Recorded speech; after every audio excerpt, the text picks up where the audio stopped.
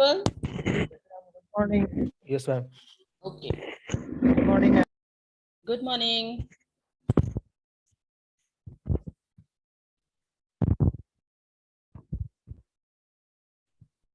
Let me start.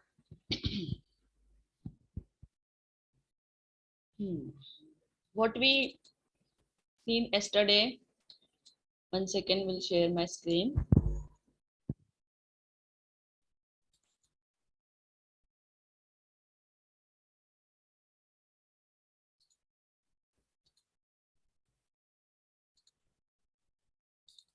Project management. Okay.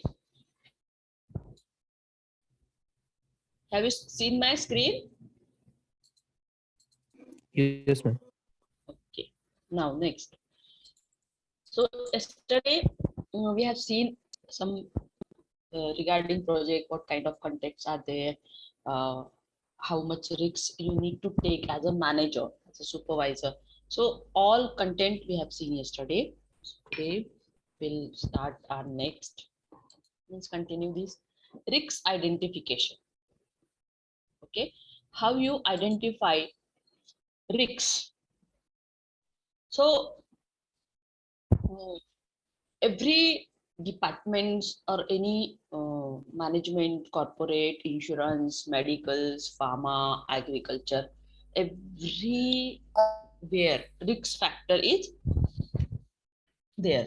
So am I audible clearly? My voice is clear? Yes, ma'am. Yeah. So everywhere risk factor is most important, right? For example, you are doing MBA now, you are in final uh, year, right? Second year of final year, second year, but third or fourth, third sem, right? So if you don't study, if you don't follow the rules, you fail. And you seen like that lot of students are failed because of don't take risks, don't submit their assignment, don't submit their whatever. No proper communication, miscommunication with faculties and guys. So you don't take risks, that's why you fail, right? So in any organizations, any corporate, anywhere, wherever you are working, where you place, that time risks is most important, dedication is most important, discipline is most important. So project, if you get any kind of project in your organization, when you become a manager, leader, supervisor, GM, general manager, anywhere, so risk factor is most important. Okay, so there is a various types of risks. Every sector, जब आप drive करते हो तो भी risk factor रहता है, आपका control आपकी बाइक पे, आपके ब्रेक पे ज्यादा रहता है। आपको पता है if some barriers comes in front of you, so that time your brain just instructions you कि पुश द ब्रेक, है ना? सो जब आप कहीं पे भी ऑर्गेनाइजेशन में काम करते हो तो वहां पे भी आपको उस ऑर्गेनाइजेशन में उस एनवायरनमेंट में ढलने के लिए या फिर वो सारी चीजें अपने आप में इन्वॉल्व करने के लिए टाइम लगता है। If you are interact with each other, if you are friendly with each other, then you will feel comfort and take risks, like. So what kind of risks are here? We have, it's a chart. Okay, so first is the type of risks, then jeopardy, description of the risks, expectation of the risks, impact of the risks, severity of the risks, expectations and impact, and contingency plan of actions. Okay, yesterday we discussed na Chaitanya is starting the project and he is a leader. So that means he take a risk of all project, not only all project, all people, all employee, all surroundings, all environment, whatever means कुछ भी हो जाता है तो सबसे पहला call किसे आता है? चैतन्य को आता है।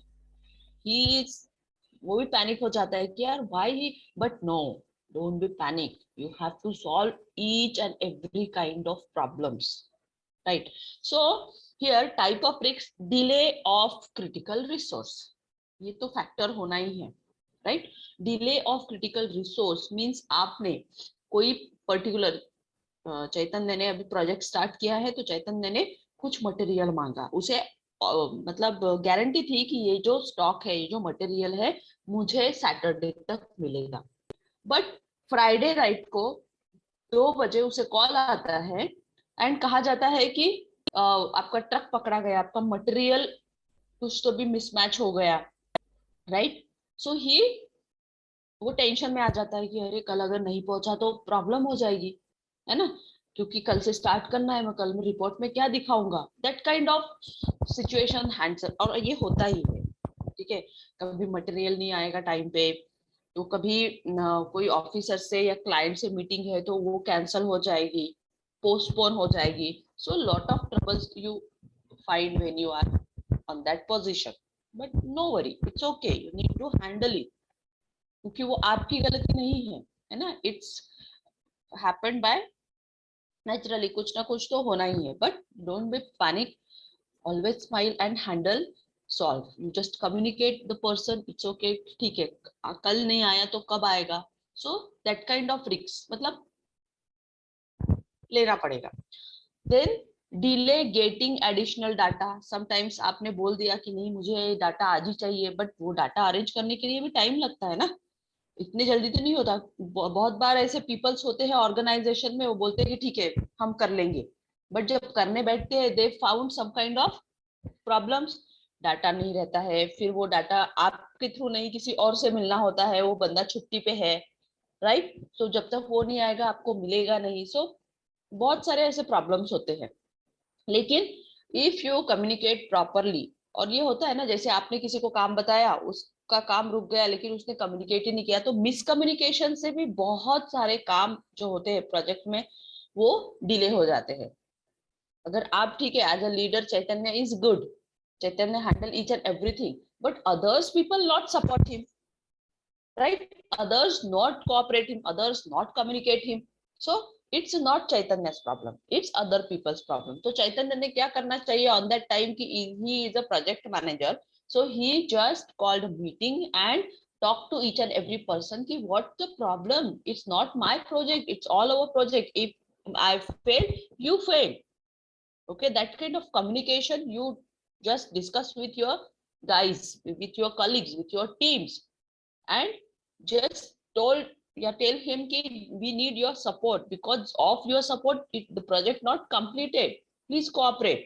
And he means Chaitanya assign everyone works and all people report to Chaitanya, and Chaitanya also take a responsibility to ask each and every person, to call each and every person, to take a feedback of the work, feedback of assignment of every person कि yes मैंने आज आपको ये काम दिया था, कितना हुआ क्या नहीं हुआ, because he has a time limit and he need to completed his work on time, right. तो डाटा में भी डिलीवरी हो, सॉरी डाटा नहीं मिलने की वजह से या कभी डिलीवरी टाइम पे नहीं होने की वजह से भी रिस्क फैक्टर काम नहीं करता है, मतलब आपने रिस्क ली but you will not fulfil it on time. अगर आप कोई भी काम time not means you are not able to fulfill risk, okay.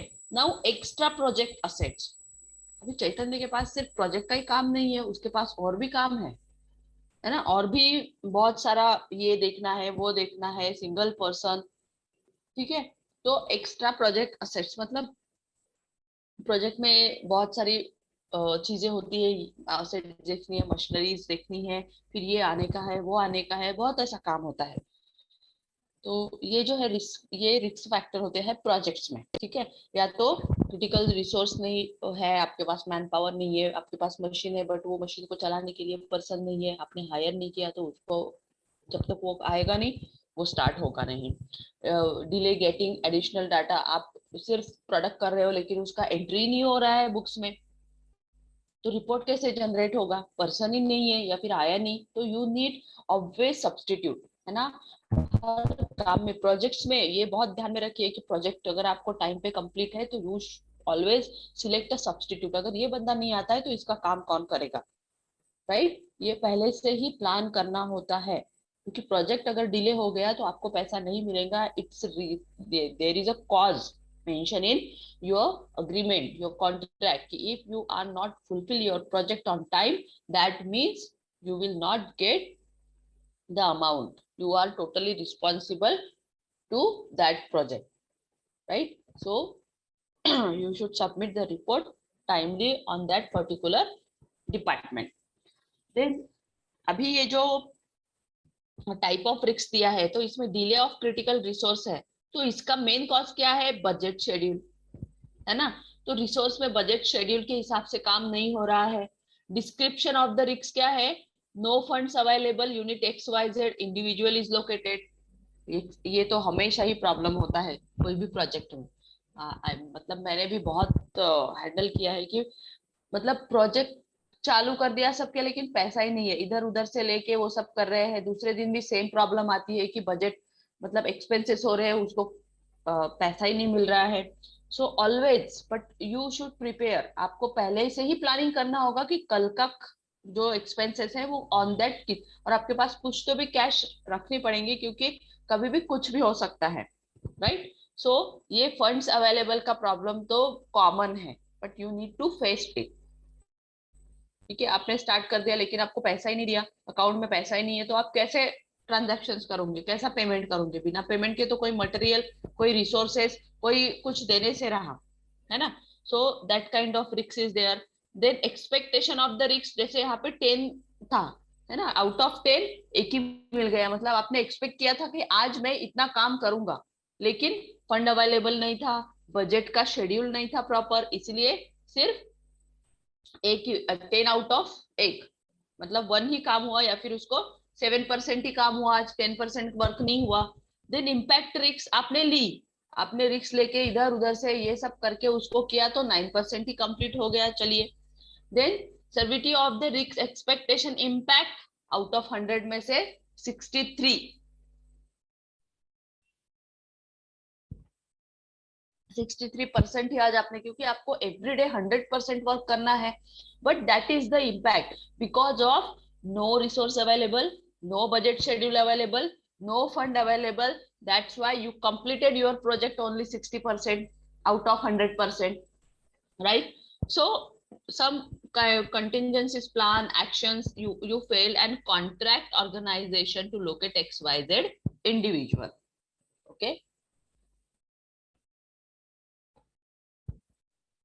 और वहां पे पता चल रहा है कि आप इंडिविजुअली कितने रिस्क के साथ काम कर रहे हो एज ए इंडिविजुअल. जो भी ऑर्गेनाइजेशन का नाम है, वहां पे आप सिंगल हो, वो प्रोजेक्ट पे आप कर रहे हो, लेकिन उसका जो इम्पैक्ट है ना, 63%. सेकेंड का जो है, सेकेंड में अगर एडिशनल डाटा नहीं मिल रहा है आपको, ये तो बहुत ही इंपॉर्टेंट है, because data creates a report, and reports you need to submit your management और your project management wherever. तो यहाँ पे क्या हो रहा है कि आपके पास स्केड्यूल नहीं है ना. स्केड्यूल है तो फिर category is currently searching for it. आपने वो सिर्फ उसने एंट्री कर दी, लेकिन उसको रिपोर्ट जनरेट करना नहीं आ रहा है, उसको इलेबोरेट करना नहीं आ रहा है, उसको बताना नहीं आ रहा है कहाँ से कहा गया. जैसे फॉर एग्जाम्पल, आपने आज की डेट में या फिर पहले से ही आपका एमएम बना था, मटेरियल आया, ठीक है, मटेरियल आने के बाद सामने वाले ने लाके छोड़ दिया, उसने आपको रिसीट ही नहीं दिया, उसने आपने चेक ही नहीं किया वहां पे कि कितना मटेरियल आया है, वो आया है तो पूरा कंप्लीट है कि नहीं, कुछ पार्ट कम है क्या, या फिर उसमें से कुछ डैमेज है क्या, वो तो चेक करना होता है. After that you will sign the receipt की yes you will get that kind of material. और उसमें आपको लिख के भी देना होता है कि कितना आया है अमाउंट, कितना ओके है और कितना डैमेज है, राइट. अदरवाइज यू आप ऐसा ले ही नहीं सकते, और इस प्रोसेस को टाइम लगता है, ऐसे तुरंत नहीं होता, क्योंकि बहुत बहुत सारा मटेरियल होता है. ठीक है, तो ये सारी चीजें भी ध्यान में देनी है. देन यहाँ पे भी आपने रिस्क लिया तो 3% ही फुलफिल हुआ, then 7% 20%. So focus on task, not additional contingency required. यहाँ पे इतना कम हुआ 21%, मीन्स आपका आपने फोकस किया, but other peoples, other man powers, other things are not available. That's why you will not focus on this, है ना. जैसे फॉर एग्जाम्पल अभी प्रोजेक्ट मैनेजमेंट का लेक्चर है और मैंने आपको पढ़ाया ही नहीं, है ना, तो आप एग्जाम में तो फेल ही होंगे क्योंकि आपको पता ही नहीं है क्या है, मतलब या फिर उतने मार्क्स आप नहीं ले पाएंगे जितना आपको चाहिए था, है ना। तो ये सारी रिस्क होती है ऑर्गेनाइजेशंस में। जब भी आप आपको कोई भी काम दिया हो, जो जिस पोस्ट के लिए भी जो भी आपका जॉब डिस्क्रिप्शन है, if you are not fulfill very well, that means you fail, and you fail means your project fail. Got it? Now extra project asset, यहाँ पे ऑब्वियसली स्केड्यूल रिसोर्स होगा, आपके पास लिस्ट होगी, है ना। ऑर्गेनाइजेशन में जैसे हम लोग बैलेंस शीट्स बनाते हैं तो डायरेक्ट बैलेंस शीट नहीं बनाते हम लोग, है ना। पहले हम लोग उसका पूरा डेटा लेते हैं and all data we just put the particular columns, then उसका प्रॉफिट के बाद हम सारे आइटम्स को बैलेंस शीट्स में ये लेके उसका असेट्स, उसका depreciation, how much receivable, how much payable, how much bad debt, every का कैलकुलेशंस हमारे पास होता है। एंड वो ऑटोमेटिकली अगर हम सारे आइटम्स को प्रॉपर वे में जब हम रखते हैं तो ऑटोमेटिकली हमारा बैलेंस शीट हो जाता है। For example if you want to analysis any kind of data और उस डाटा को आपने एक्सेल में प्रॉपर वे से रखा तो ऑटोमेटिकली वो pie chart and your bar chart generated, whatever you want, but data is important. आप किस तरह से उसे फिट कर रहे हो। Then can't obtain any extra assets, है ना। उसके अलावा आपके पास एक्स्ट्रा असेट्स नहीं होनी चाहिए, जितना है उतना ही मटेरियल आपके पास होना चाहिए। सो लास्ट में इसका आता है not necessary at this time. ठीक है, असेट्स का जो है होता है वो नहीं, but first you need to complete your project. So मतलब इस तरह से ऑर्गेनाइजेशन में जब आप किसी प्रोजेक्ट में काम कर रहे हो तो इस तरह से आपका रिस्क आइडेंटिफिकेशन होता है कि, और ये सब एचआर पर्सन करता है कि आपने ये प्रोजेक्ट में कितना काम किया, ये सारी चीजें, या आप भी मैन्युअली कर सकते हो ताकि आप if any kind of problems create so that time you have a record कि अगर कोई पूछे आपसे तो आपके पास भी उसका डिस्क्रिप्शंस होना चाहिए। Got it? Have you understand? Did you understand risk identification? Yes or no? Yes, ma'am. Yes, ma'am. Thank you.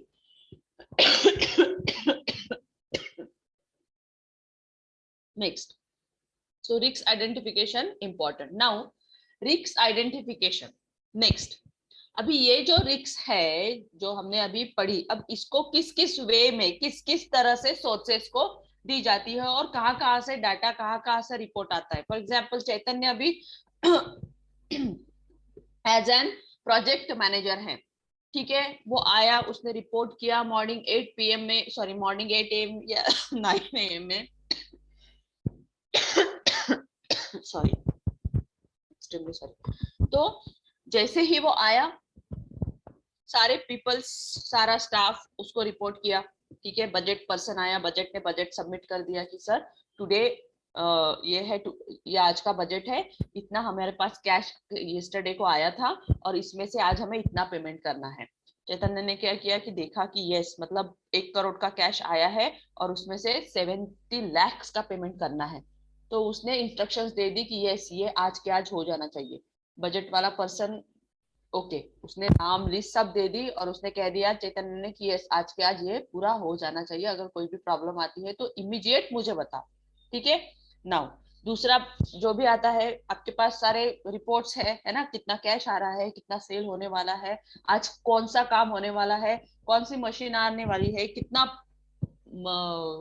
Productivity आज आप करोगे, आज इतना काम होगा कि नहीं, किसके साथ मीटिंग फाइनल, एवरीथिंग एवरीथिंग आपको डिसाइड करना है, एवरीथिंग, और सारे काम में आपको फुलफिल करना है। तो एवरीडे हम रिस्क तो लेते ही है, बिना रिस्क के तो हम काम नहीं कर सकते।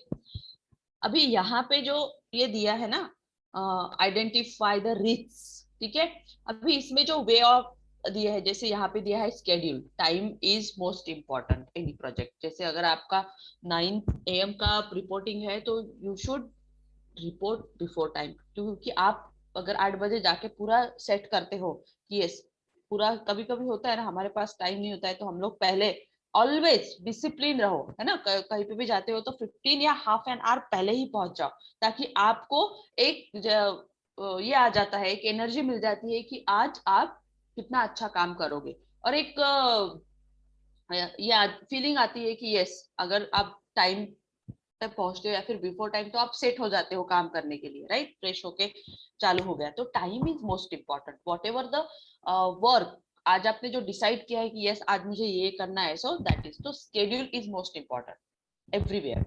Now task omitted from schedule, आपने उस हिसाब से लिस्ट बनाई है, 1 घंटे में ये सारा हो जाएगा, फिर उसके बाद 12 बजे मेरा मीटिंग है, फिर 1 बजे मेरा क्लाइंट के साथ अपॉइंटमेंट है, आफ्टर दैट कुछ मटेरियल आने वाला है, मैं उसका ये करूंगा, फिर 3 बजे मुझे पूरा स्टाफ के साथ मीटिंग लेना है, उनको मुझे 4 o'clock को पूरा अकाउंटिंग चेक करना है, ऑडिट रिपोर्ट चेक करना है, राइट। तो ऐसे सारे जो टास्क है एज पर शेड्यूल आपको फुलफिल करना है ना। Then communications, stakeholders and sometimes dissatisfaction, so communication भी आपका इंपॉर्टेंट है, जिसके साथ भी आप कम्युनिकेट कर रहे हैं। Don't be panic, don't be criticise to anyone, because all people are working for that project. So communication always good, okay, polite, humble, always support your team, always motivate your team, because as a manager, as a project manager, you are responsible for all. So don't do ऐसी कोई भी चीज मत करिए कि आपकी वजह से सामने वाला हर्ट हो और वो काम ही बिगाड़ दे। Always appreciate, yes good, come on, आज होना चाहिए, ठीक है। Just show him, just trust him, just show him ki yes, you are a person and you are most important person for me. Always be polite, always be friendly, don't show your ego, okay, because it's a, देखो, एक organisation में manager is a different, but एक project में एक project manager it's a different, ठीक है। वहां पे आपको ईगो बिल्कुल फ्रेंडली, समटाइम्स ऐसी भी सिचुएशंस आती है कि आपका स्टाफ नहीं आया है तो आपको भी काम करना पड़ता है, so you are doing all this things, okay. Now positive and timely communications, जितना टाइम दिया है ना उतना ही कम, आपने 1 घंटे का मीटिंग डिसाइड किया है तो बिल्कुल 1 घंटे में ही फिनिश होना चाहिए, because you need to be punctual as a project manager, ठीक है। किसी को 10 मिनट का टाइम दिया है, okay, only 10 minutes you have to spend for that, only 10 minutes. 15 minutes तो ओनली 15 मिनट्स में हो ही जानी चाहिए। स्टाफ की मीटिंग बुलाई है, ओनली 15 मिनट्स, सो आपका कंसंट्रेशन टाइम पे होना चाहिए। Time is most important because lot of works you need to complete it, right. Then scope creep, then scope poorly defined, scope भी रखिए कि आज कितना, मतलब जब तक हम स्कोप नहीं देंगे, जब तक हम उसका रिजल्ट नहीं आएगा, तो हमें उसका स्कोप उसके बारे में कैसे पता चलेगा, उसको हम कैसे आइडेंटिफाई करेंगे। मान लीजिए अभी आपने सुबह बजट, जो भी आपका मैनेजर अकाउंट है उसको बोल दिया था कि भाई ये 1 करोड़ है, उसमें से 70 लाख का पेमेंट हो जाना चाहिए। ये आपने उसको मॉर्निंग 9 AM को या फिर 9:15 बजे बताया होगा, उसने आपको 12 बजे रिपोर्ट किया कि sir all is done, so you feel happy, yes he did his job very well, you said well done, very good, तो आपको उससे अंदाजा आ गया कि yes the person is good and the task whatever you the assignment you submitted him, he will fulfill, you feel happy, and next assignment you hand over कि yes अभी ये हो गया है ना, तो नेक्स्ट का लिस्ट मुझे दो, और कितना पेमेंट बचा हुआ है और कितना ट्रांजैक्शंस है जो हमें करना चाहिए, अभी तक कितना कैश आया है, right. That kind of, so time management is important, time पे काम करना है, रिस्क फैक्टर लेना है, ठीक है। देन कॉस्ट, ठीक है, बजट एक्सीडेड, समटाइम्स ऐसा होता है कि जैसे आज का आपका 10,000 का बजट है सब पकड़ के, लेकिन कुछ ऐसी चीज होती है या फिर कुछ अचानक समथिंग इज हैपन, तो आपको वो कॉस्ट बढ़ानी पड़ती है, क्योंकि मैंने कल आपको शीट दिखाई थी ना बजट्स की, एवरी डे प्रोजेक्ट का जो बजट होता है हर डे का डिसाइड होता है, मंथली डिसाइड होता है कि ये मंथ में इतना, और उस प्रॉपर उसमें ही आपको वर्क करना होता है। अगर वो फिगर जो एक बार बजट आपका अप्रूव हो गया, मान लीजिए आपका बजट अप्रूव हो गया, उसे आप चेंज नहीं कर सकते, भले ही आपके कॉस्ट एक्स्ट्रा जा रही है उसमें, है ना। तो आप जो जितना कॉस्ट लग रहा है वहां पे उतना ही मेंशन करिए, राइट। लेकिन बजट का फिगर आप चेंज नहीं कर सकते। एक्सीड होगा, आप देखिए वहां पे माइनस दिखेगा दिखेगा, लेकिन उसका रीजन भी बताइए कि क्यों एक्सीड हुआ, क्या परचेस किया, ऐसा कौन सा प्रॉब्लम आ गया था जिसकी वजह से आपने वो खर्चा किया। मान लीजिए कि मशीन बंद पड़ गई ऑटोमेटिकली, तो उसपे तो आपको खर्चा करना, क्योंकि अगर उसको आपने 1 घंटे के अंदर चालू नहीं किया तो आपका काम नहीं होगा।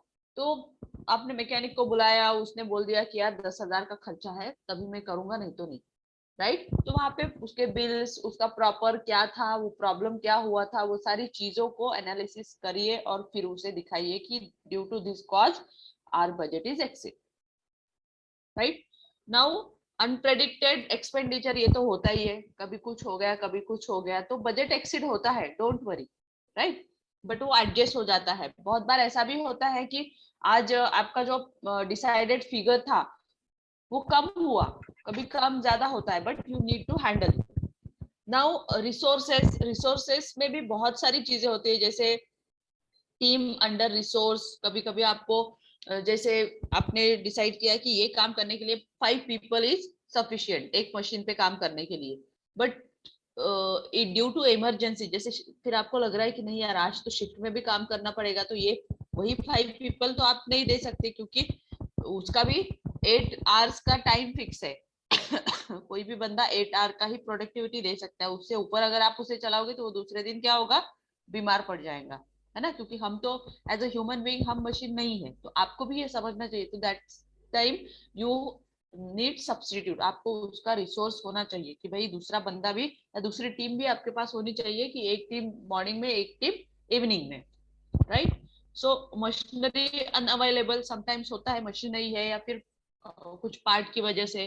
देर इंडस्ट्रियल एक्शंस, कभी कभी मैनेजमेंट भी सपोर्ट नहीं करता है, स्किल गैप्स हो जाता है, बहुत सारे। मतलब एक आध बंदा अगर बीमार पड़ गया तो वो तो प्रोडक्ट नहीं देगा, वो तो रिजल्ट्स नहीं देगा, उसका तो आउटकम नहीं आएगा।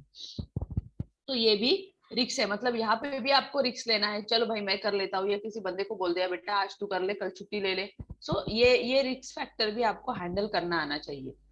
Because you are working in project. 1 second.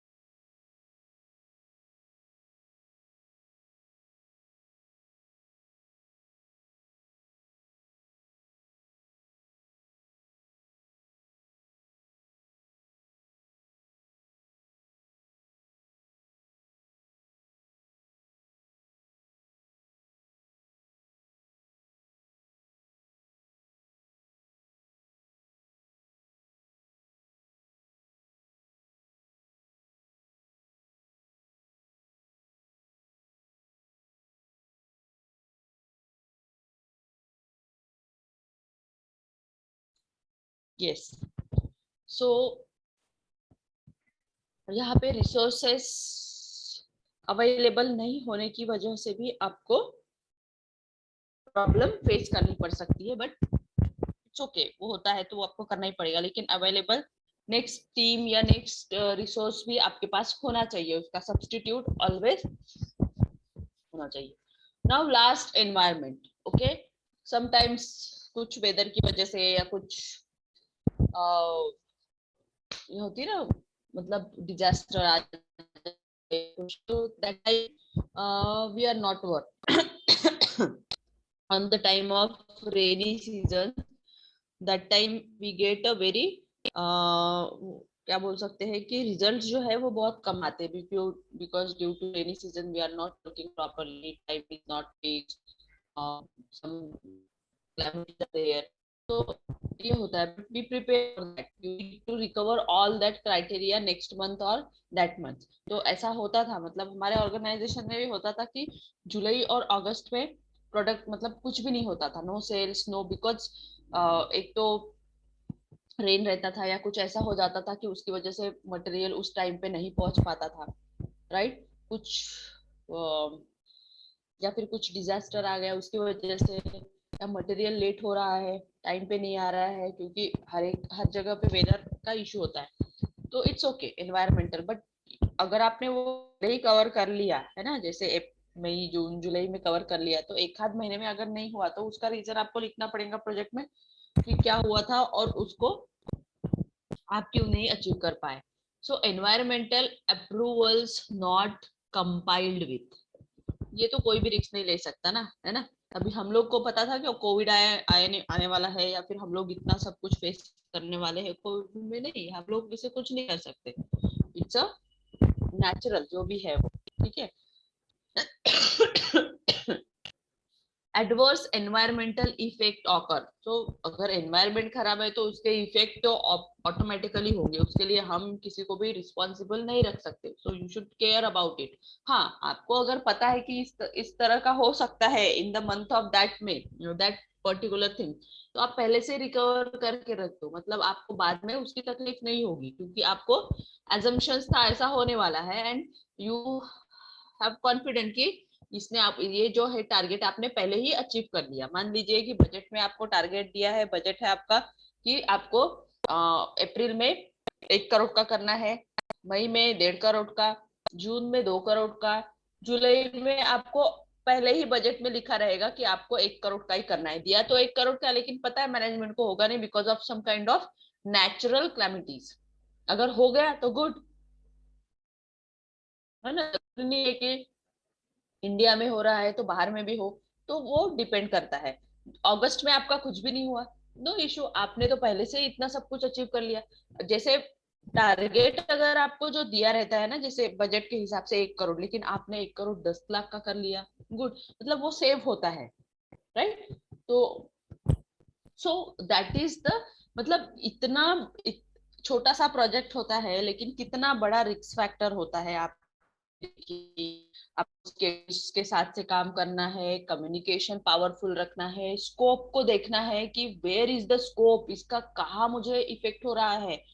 Then आपको कॉस्ट भी हैंडल करनी है बजट के हिसाब से, वॉट एवर रिसोर्स भी रखने हैं आपके पास, and you should know about environmental effect. So ये जो रेड किया हुआ है ना, टाइम एंड ये environment, that is a most important factor. why is most important? If you not follow time, your work not completed on time, you failed. And this is the accident कभी भी हो सकता है, environment कभी भी change हो सकता है, बिकॉज वी ऑल नो कि nowadays we face a lot of things regarding this. So you should prepare. तो पहले से ही अगर आपने टाइम मैनेजमेंट के हिसाब से अगर काम किया और उसका आउटपुट अगर आपके पास ज्यादा है, तो you should the environmental effect not effect. Simple example मैं आपको सिंपल एग्जांपल दूंगी. जैसे ये कोविड के सिचुएशन में जो 2 साल से हमने फेस किया, इसके पहले जैसे मेरी ग्रैंड मदर और मेरी मदर मुझे बता रही थी कि जब वो छोटे थे, दैट टाइम जब ये सब इमरजेंसी वगैरह लगे थे ना, तो उस टाइम पर्सन को खाना भी नहीं मिलता था. बहुत ही मतलब क्या थे, बहुत स्ट्रगल किया, और खाना नहीं मिलने की वजह से बहुत सारी चीजें अवेलेबल नहीं थी, बिकॉज रिसोर्सेस ही नहीं थे, कुछ भी नहीं था. लेकिन इस बार आपने ये जो फेस किया, मतलब कोविड में मुझे नहीं लगता कोई किसी को इतनी तकलीफ हुई, है ना। सारी चीजें हमें अवेलेबल थी। सबसे मेन इंपॉर्टेंट तो हमारा नेटवर्क था कि हमने ऑनलाइन एजुकेशन किया, हमने ऑनलाइन के थ्रू बहुत सारे जॉब किए। मतलब आप अगर इमेजिन करो तो उस वक्त जो इमरजेंसी आई थी, जब हमारी प्राइम मिनिस्टर इंदिरा गांधी थी, उसके बाद भी जो भी है, दैट टाइम हम लोग मतलब हमारी ग्रैंड मदर्स कहती थी बाजरी खाते थे, तो वो बाजरी भी नहीं मिलती थी, आप इमेजिन करो। लेकिन इस बार तो सब फ्री ऑफ कॉस्ट, सभी को मतलब घर घर में अनाज, ये सारी चीजें। हाँ, मैं एग्री करती हूँ कि किसी को ही नहीं मिला होगा, बट इतनी सारी पॉपुलेशंस को सारी चीजें कितनी इजीली मिली। और क्यों मिली? Because of lot of resources. आज भी हमें सारी, मतलब कुछ भी स्टॉप नहीं हुआ था कोविड में।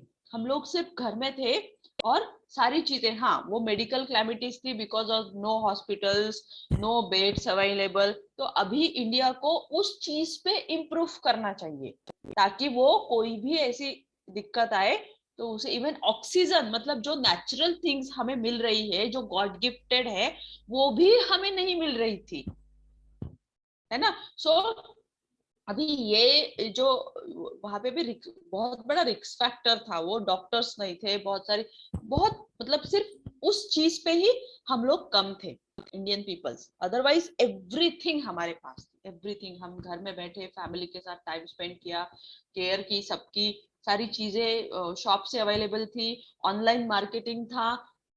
सो इमेजिन करिए, है ना। तो प्रोजेक्ट मैनेजमेंट में भी अभी ये तो पहले से ही डिसाइडेड था, जब राजीव गांधी ने ये सारी टेक्निकल जो लाया, कंप्यूटर्स एंड ऑल।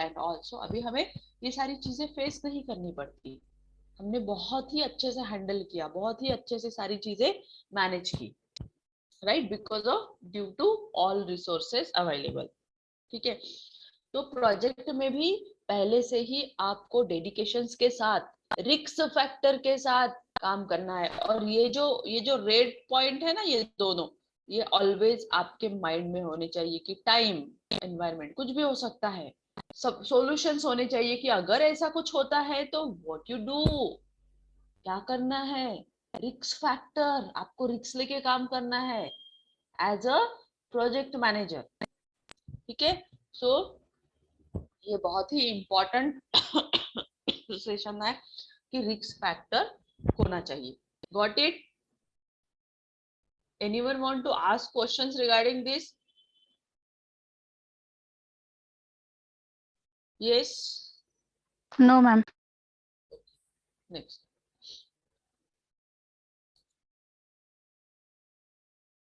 अभी आपको रिस्क मैनेजमेंट रिपोर्ट सारी चीजें एक्सेल में ही बनानी है। तो एक्सेल आप अभी से सीख लो, जिनको नहीं आता है वो बिल्कुल ज्वाइन कर लो, सारी चीजें आनी चाहिए। Pie chart, Excel and PowerPoint, so most most important. Okay. PowerPoint भी बहुत कुछ है सीखने लायक, आप क्लास लगा लीजिए, क्योंकि अगर जब आप इंटरव्यू के टाइम जाते हो और ये सारी चीजें उनको बताते हो, you just present in front of them, they appreciate, उन्हें फिर आपको ज्यादा ये करने की जरूरत नहीं पड़ती। लेकिन आप अगर उनके सामने क्वेश्चन मार्क में आंसर करोगे तो फिर कोई काम करे। तो यहाँ पे टाइप ऑफ रिस्क दिया हुआ है: delay of critical resource, delay of getting additional data, schedule overruns, poor communication and skill gap. ठीक है।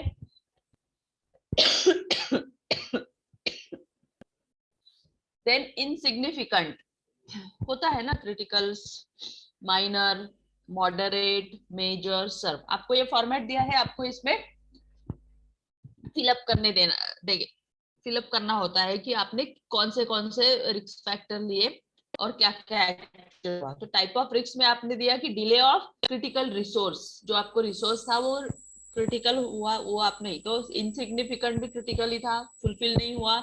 माइनर भी क्रिटिकल था, मतलब जो मेजर वर्क था उसमें भी क्रिटिकल इशू आ गया। और बराबर है ना, अगर मशीन ही खराब हो गई आपकी, है ना, तो आगे जाएगा ही नहीं ना, प्रोडक्ट नहीं मिलेगा, तो वो एंट्री कैसे करेगा, वो डाटा कहाँ से लाएगा, उस पर वो डिजाइन कैसे, तो सब काम स्टॉप हो जाते हैं ना। तो जो मॉडरेशन था उसका जो असाइनमेंट था वो कैसा हो गया, लो हो गया। मेजर में भी लो ही था आज का प्रोडक्टिविटी, और सीवियर में हाई था, प्रॉब्लम हाई था ना, बहुत बड़ा इशू हो गया वो, तो इसीलिए सीवियर में हाई दिखाया उसको। Then delay in getting additional data, वो भी क्रिटिकल था। काम ही नहीं हुआ तो डाटा कहाँ से बनेगा, रिपोर्ट कहाँ से बनेगा, ये भी सेम हाई में चला गया। मेजर नहीं था, ये हाई इशू था, डाटा ही नहीं हुआ, रिपोर्ट नहीं हुआ तो सबमिट कैसे होगा। देन schedule overruns, आपने डिसाइड किया था कि आज मैं टाइम पे, everything is going on time, but due to some calamities, due to some issues, you fail. Okay, schedule follow नहीं किया तो ये मीडियम था, आपने स्केड्यूल फॉलो किया बट उसका रिजल्ट क्या है, मीडियम। आपको सारा चीज बंद होने की वजह से आउटपुट नहीं मिला। पुअर कम्युनिकेशन, यस, ये सब क्यों हुआ है, बिकॉज ऑफ मिसकम्युनिकेशन। किसी ने आपको बताया ही नहीं, मशीन बंद हो गई तो जो बंदा था उसने बताया नहीं कि मशीन में प्रॉब्लम आ रहा है, उसका मेंटेनेंस नहीं हुआ है, तो ये कुछ भी कर सकती है। क्योंकि जब हम गाड़ी चलाते हैं तो हमें पता होता है कि हमारी गाड़ी क्या इंडिकेशंस दे रही है, तो मशीन का भी वैसा ही होता है। मशीन पहले से एकदम से खराब नहीं होती, पहले वो इंडिकेशन देती है, तो आवाज करेगी या तो कुछ होगा उसके अंदर, तो आपने तुरंत स्टॉप कर देना है। आपने उसे फिर से चलाए तो क्या होगा, खराब होगी। तो वो जो पर्सन उस मशीन पे काम कर रहा है वो बता ही नहीं रहा है, उसने बताया नहीं, रिपोर्ट ही नहीं किया मैनेजर को कि भाई ये ऐसा हो रहा है, तो मिसकम्युनिकेशन हो गया। अगर उसने पहले बताया होता तो कुछ किया जा सकता था, राइट। तो मिसकम्युनिकेशंस होने की वजह से भी बहुत सारा वर्क नहीं होता है, और ऑर्गेनाइजेशंस में, प्रोजेक्ट्स में, कॉर्पोरेट्स में मिसकम्युनिकेशंस होता ही है। डरने की वजह से वो लोग बात नहीं करते, और डरते क्यों है, बिकॉज जो मतलब जो प्रोजेक्ट मैनेजर होता है वो ऑलवेज गुस्से से बात करना या फिर उसको स्कोल्ड करना। So don't do this. मैंने पहले ही कहा कि फ्रेंडली रहो, ताकि आपका जो स्टाफ है, आपका जो टीम है, वो भी आपके साथ फ्रेंडली वर्क कर सके। So that is the risk management report. And skill gap, skill gap मतलब आपके पास स्किल था, आपने यूज नहीं किया। आपको आता है लेकिन आपने हाथ नहीं डाला, बिकॉज बहुत सारे पीपल, मैंने कल ही बताया था कि आप में से ऐसे लोग हैं कि उनको लगता है कि मैं फाइनेंस का हूँ तो मैं फाइनेंस में ही काम करूंगा, दूसरा करूंगा ही नहीं। तो स्किल में भी यार मुझे ये आता है तो मैं वो क्यों करूं, मुझे तो इसी काम का पैसा मिलता है। तो नहीं, ऐसा नहीं होना चाहिए। If you have a skill that time you need to use it.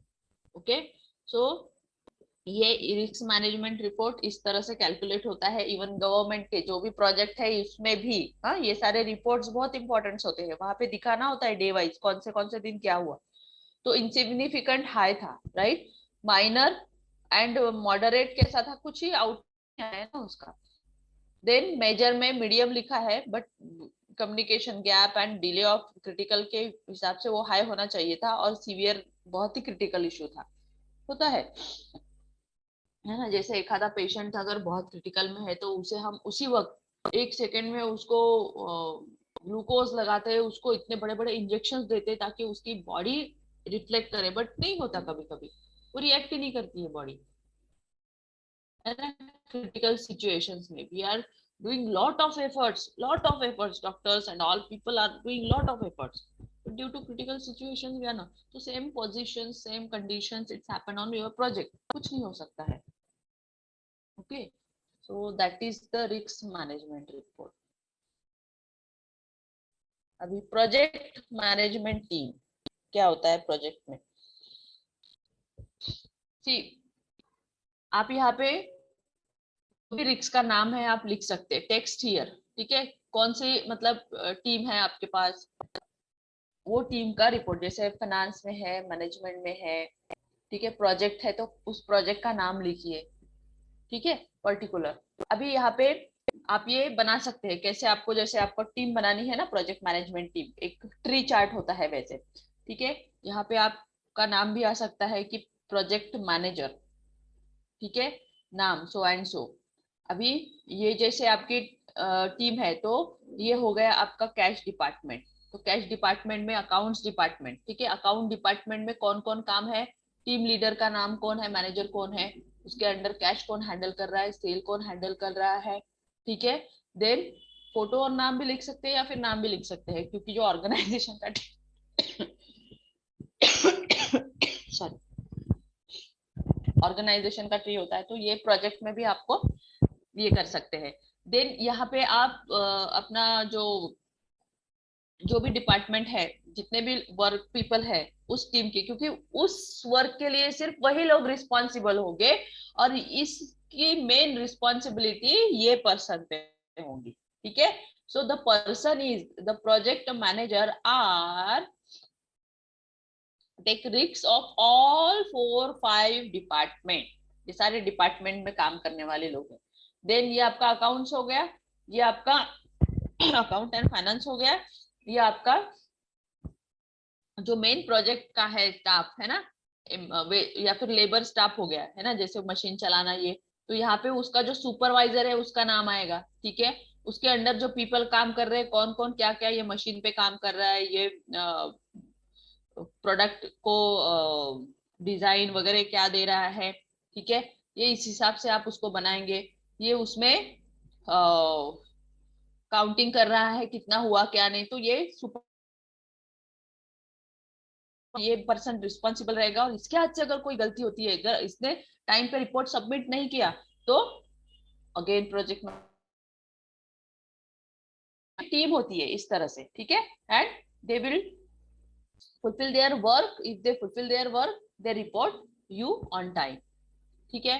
Then यहाँ पे जो आपका अनदर स्टाफ है, वेरेवर व्हाटएवर, ठीक है, जैसे यहाँ पे आपका इंजीनियरिंग स्टाफ है जो भी आपको रिपोर्ट कर रहा है, रिसोर्स आ रहा है कहाँ कहाँ से क्या, उसका टीम है, उसका टीम लीडर है, ये सारे बंदे उसके अंडर काम करने वाले हैं, ये इनको रिपोर्ट करेगा और ये आपको रिपोर्ट करेगा। Got it. यहाँ पे भी जो भी आपका डिपार्टमेंट है, जो भी पर्सन है, हर के बाहर के जो भी रहते हैं, तो वो भी इनका टीम लीडर रहेगा। और ये तो इस तरह से पहले से ही प्लानिंग बना हुआ होता है जब आपको प्रोजेक्ट में काम करना होता है। तो एवरी मतलब जो भी होगा तो उसके लिए जो है पर्सन, ये जो मेन पर्सन है ना, ये रिस्पॉन्सिबल रहेगा। अगर इसमें से किसी के साथ मिसकम्युनिकेशन हो गया, किसी ने डाटा ही नहीं दिया, या फिर इसमें प्रॉब्लम हो गया कुछ नेचुरल, तो ये सारे इनमें अगर कोई भी कम्युनिकेशन गैप हुआ तो भी यही पर्सन रिस्पॉन्सिबल है ना। तो आप ही सोचिए कि इस पर्सन पे कितनी सारी रिस्पॉन्सिबिलिटी है, कितने सारे लोगों को उसको हैंडल करना पड़ता है। अगर थोड़ा भी लेट हो गया या कुछ भी प्रॉब्लम्स आ गया, तो इसे ही जवाब देना है। ये क्या करेगा, ज्यादा से ज्यादा टीम लीडर को झापेगा या डांटेगा उसको, लेकिन उससे तो काम बनेगा नहीं ना, उससे तो वो जो भी आज का काम है वो तो कंप्लीट नहीं होगा, right. So that is a most important and it's a really risk. तो कोई भी प्रोजेक्ट पे अगर आप काम करते हैं तो पहले उससे सीखिए, कोई भी प्रोजेक्ट को समझने की कोशिश कीजिए, then you will take a risk. Then वो स्लोली स्लोली प्रैक्टिस से आती है ये सारी चीजें। जब हम फॉलो करते हैं, कोई ऑर्गेनाइजेशन में हम लोग काम करते हैं, तो हम जब फॉलो करते हैं उसे, वो कैसा काम कर रहा है, कैसा बिहेव है, how he handle every kind of things, है ना। सो वो ऑटोमेटिकली आता है प्रैक्टिस से, टीम के साथ काम करने से, वो टीम स्पिरिट जो होता है ना, वो ऑटोमेटिकली आप में आ जाता है। नेक्स्ट, अभी project manager and project team, ठीक है। जो भी प्रोजेक्ट का नया नाम है आप यहाँ लिखिए, सॉरी, जो भी प्रोजेक्ट का नाम है आप यहाँ पे लिखिए। प्रपोजल, प्रोजेक्ट मैनेजर, मतलब ये आपका प्रोजेक्ट मैनेजर भी आपका क्या करेगा, रिपोर्ट प्रिपेयर करेगा कि कौन सा बंदा क्या काम कर रहा है, कितना आउटपुट इसने दिया है, क्या नहीं दिया है, ये सारा रिपोर्ट्स, ठीक है। फंक्शंस क्या है, मतलब क्या काम किया प्रोजेक्ट मैनेजर ने, उसका नाम क्या है, ठीक है।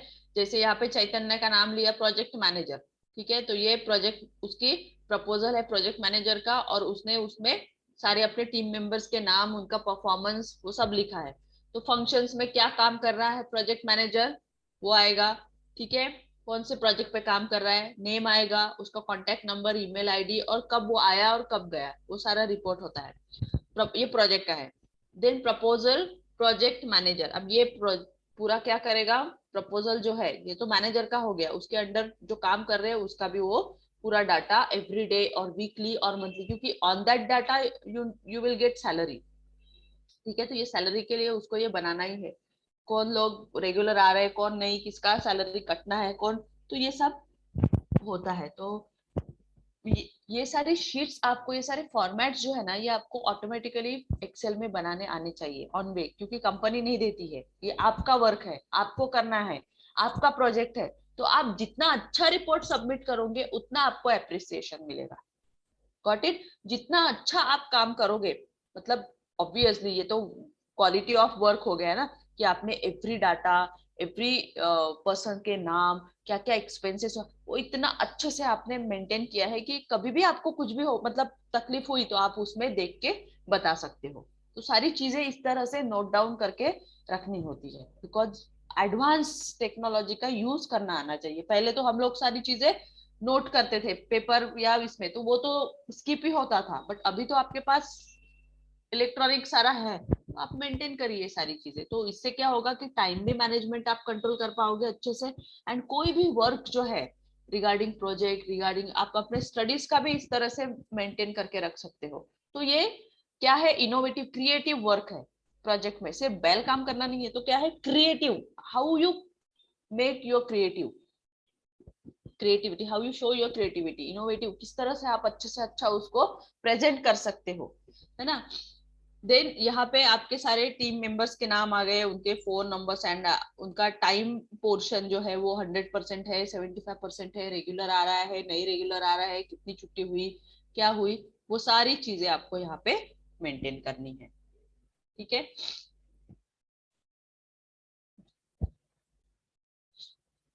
सो कल से हम ये देखेंगे project budgeting and time management. Project कैसे बनाते हैं, बजट का, सॉरी, प्रोजेक्ट का बजट कैसे बनाते हैं, उसका टाइम क्या होता है, उसका स्ट्रक्चर कैसा रहेगा, वो सारे फॉर्मेट्स हम देखेंगे, उसमें क्या क्या ऐड होना चाहिए, क्या नहीं होना चाहिए। ठीक है। आज का इतना समझ में आया आपको? Risk factor,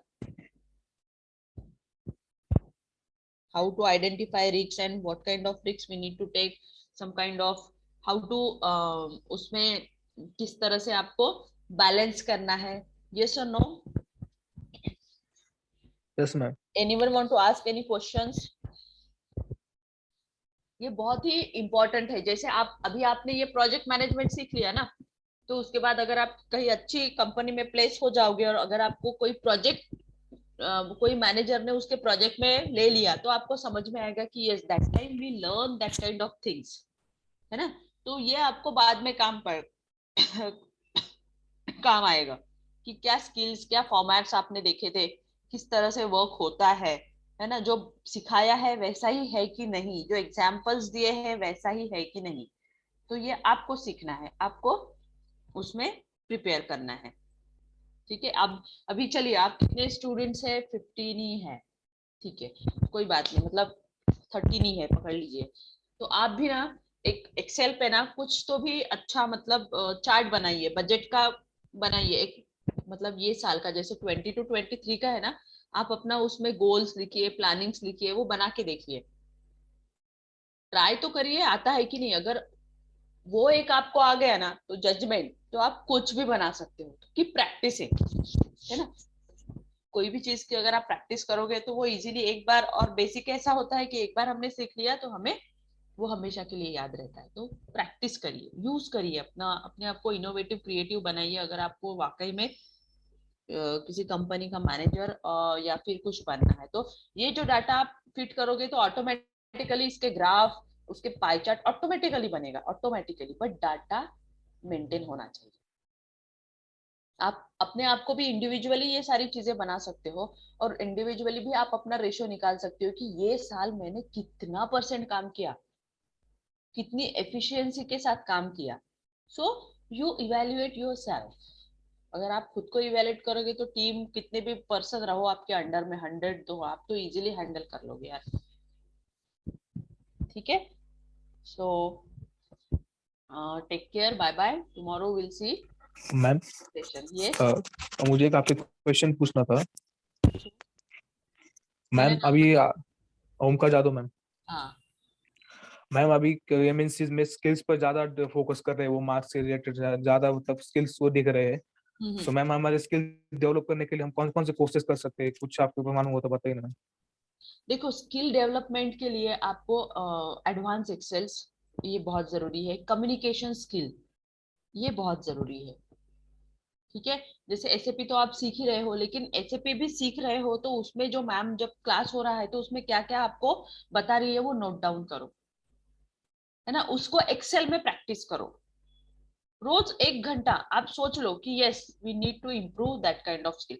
if you improve your communication skill, अगर आपका कम्युनिकेशन अच्छा है, मैनेजर के साथ कैसे बात करना है, ठीक है, आपके इंटरव्यूअर जो है उनके साथ कैसे बात करना है, तो कम्युनिकेशन मिसअंडरस्टैंडिंग नहीं होना चाहिए। और दूसरा है आपको सारे काम जो भी एक्सेल्स में डाटा बनाना, एनालिसिस करना, उस पे काम करिए आप। सारी चीजें अवेलेबल है ओंकार, सारी चीजें। ये 2 चीज अगर आपने इम्प्रूव कर ली ना, है ना, विदाउट मिस्टेक्स, सबसे परफेक्शन के साथ करना है, क्योंकि ऑर्गेनाइजेशन में आप फाइनेंस का बैकग्राउंड है, आपने चूज किया है फाइनेंस, राइट, तो फाइनेंस में आपको ये ही चीजें आनी चाहिए। आपका फाइनेंशियल मॉडलिंग स्टार्ट हो गया है क्या?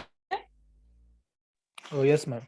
हाँ, तो समझ में आ रहा है उसमें किस तरह से मॉडल्स है, किस तरह से वीलुक, ये सारी चीजें आपको टाइम बाउंडिंग सिखाती है कि कितना भी बड़ा डाटा हो, अगर आपको वी लुकअप, एच लुकअप ये सारे आ गए तो आपका टाइम कितना सेव हो जाता है।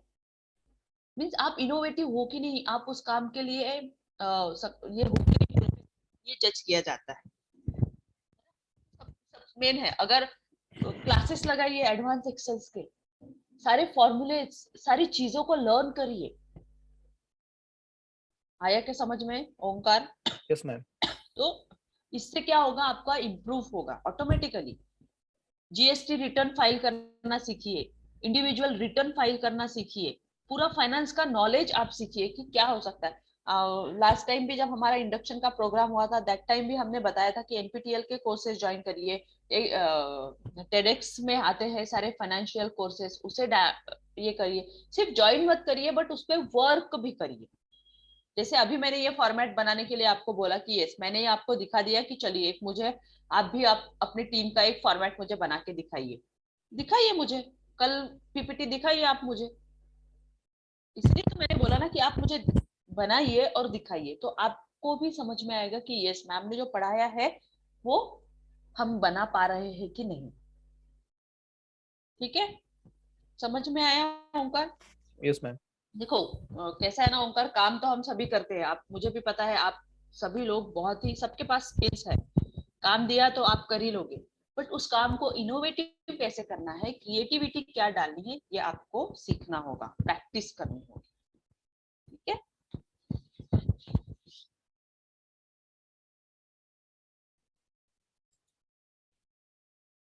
Okay, so will see you tomorrow. Try to make some kind of PPTs and PowerPoint presentation. आप मुझे मेरे साथ कभी भी पूछ सकते हो, कोई इशू नहीं, क्योंकि ये ही आपको आगे काम में आने वाला है। ठीक है, so keep practising, take care, bye bye, have a good day. Thank you ma'am. Thank you, ma'am.